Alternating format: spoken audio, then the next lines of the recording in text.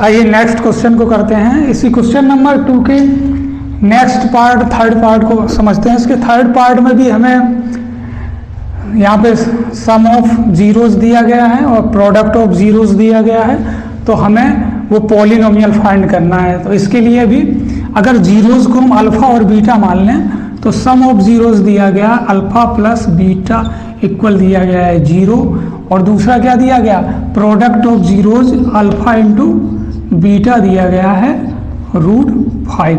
तो इसके लिए भी क्या फॉर्मूला हो जाएगा, वही सेम फॉर्मूला हम लगाएंगे किसका, पॉलिनोमियल फाइंड करने का।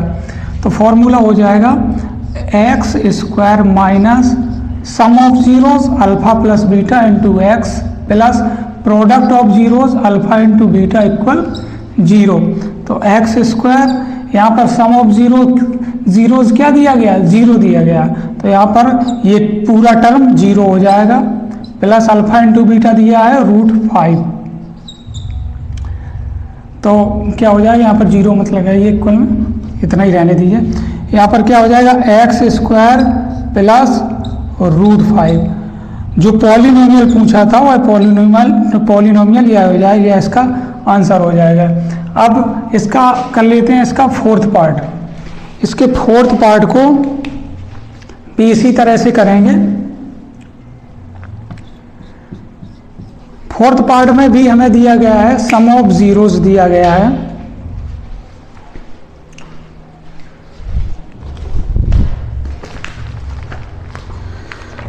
इसके फोर्थ पार्ट में भी सम ऑफ जीरोस और प्रोडक्ट ऑफ जीरोस दिया गया है। तो हमें क्या फाइंड करना है, वह पॉलिनोमियल फाइंड करना है। आई होप आप लोगों को क्लियरली समझ आ गया होगा। यहाँ पर इसी टाइप के क्वेश्चन का पैटर्न चल रहा है और सेम टाइप का क्वेश्चन है ये भी। इसके जो जीरोस दिए गए हैं, सम ऑफ जीरोस,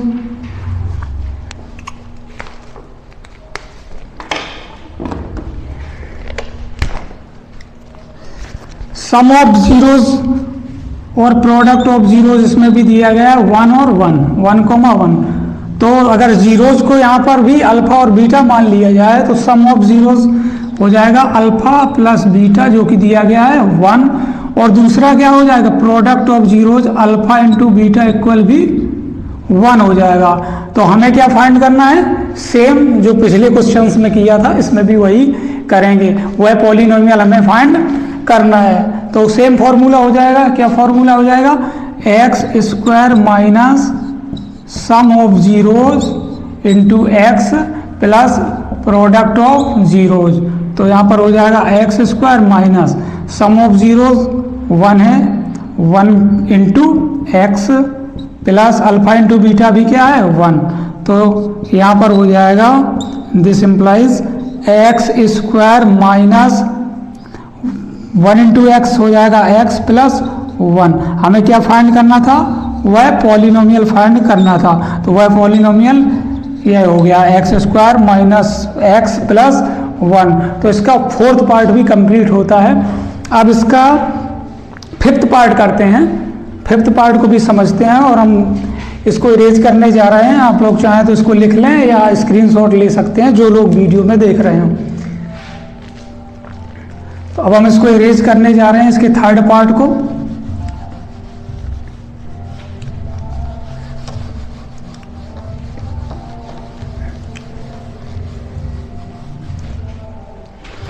अब नेक्स्ट पार्ट करते हैं हम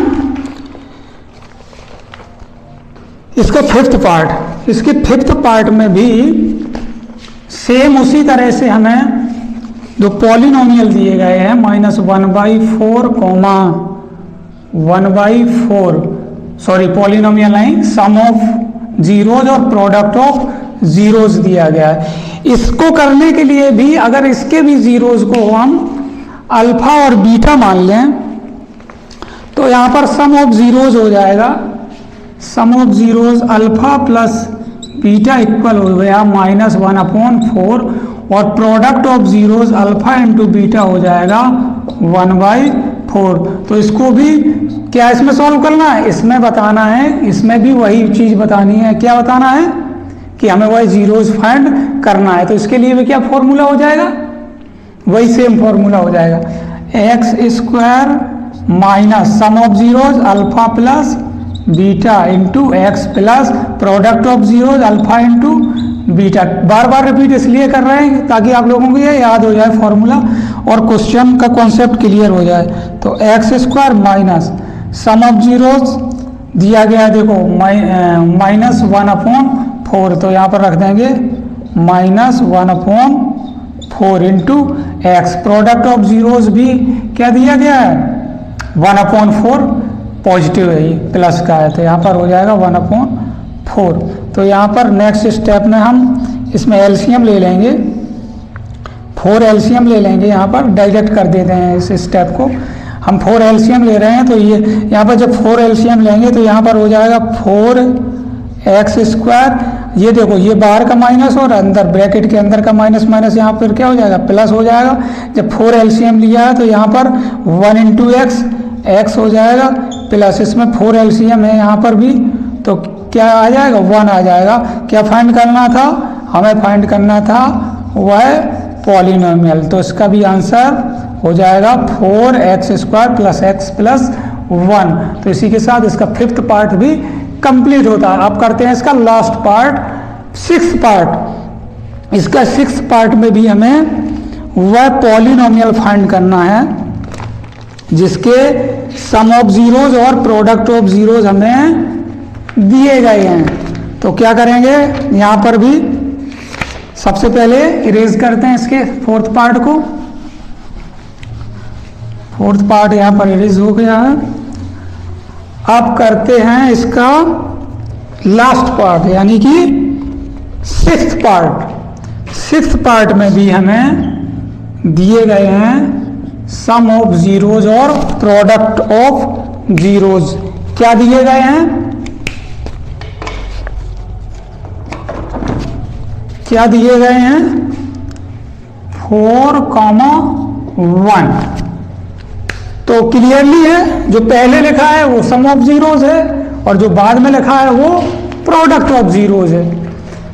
तो यहाँ पर sum of zeros alpha plus beta हमें दिया गया है 4, और दूसरा product of zeros alpha into beta दिया गया है 1।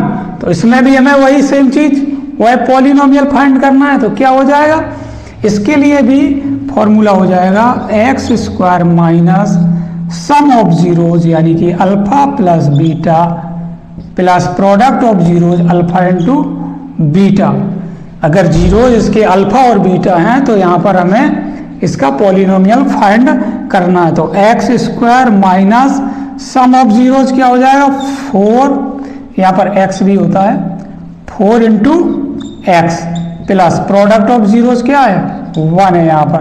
तो वह पॉलिनोमियल हो जाएगा x square minus 4x plus 1, यह इसका आंसर हो जाएगा। तो इसी के साथ ये क्वेश्चन नंबर 2 पूरी तरह से कंप्लीट हो गया है। आप लोग अच्छे से समझ लीजिए, रिवीजन कर लीजिए इसका, और इन क्वेश्चन को चाहे तो आप लोग लिख लें या वीडियो में जो देख रहे हैं स्क्रीनशॉट ले सकते हैं।